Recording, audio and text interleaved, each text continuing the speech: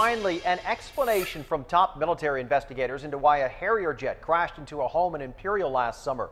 It took 10 News more than a year to get this information, but after dozens of calls, emails, and formal requests, we now have that report. It's a big one, too. 10 News reporter Dan Haggerty is joining us on this story. And Dan, that report, it's a little like War and Peace. It's so big. Yeah, it's not light reading.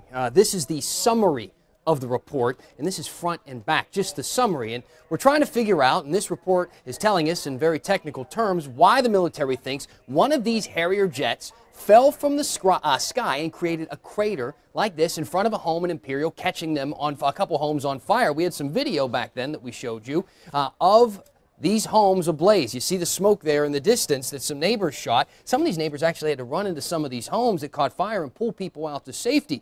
And we brought an aviation expert in to explain some of the technical write-ups in this report. Basically what it says, there was an oil leak that started a fire, caused the pilot to reroute to an airport in El Centro, but he never made it. The plane stalled and the pilot ejected. I think that, once again, these things usually progress quickly if in fact it's a legitimate emergency, which it was. And it just took the next step, that a dying airplane would take. Last thing that happened to that dying airplane was the hydraulics went out, which means the pilot couldn't control it at all, and it fell like a rock from the sky. Now, the full report is so big the military wouldn't even email it to us. Right now, it's in the mail. It's on the way here. We'll look through that one thoroughly as well. In the Live Center, Dan Haggerty, 10 News.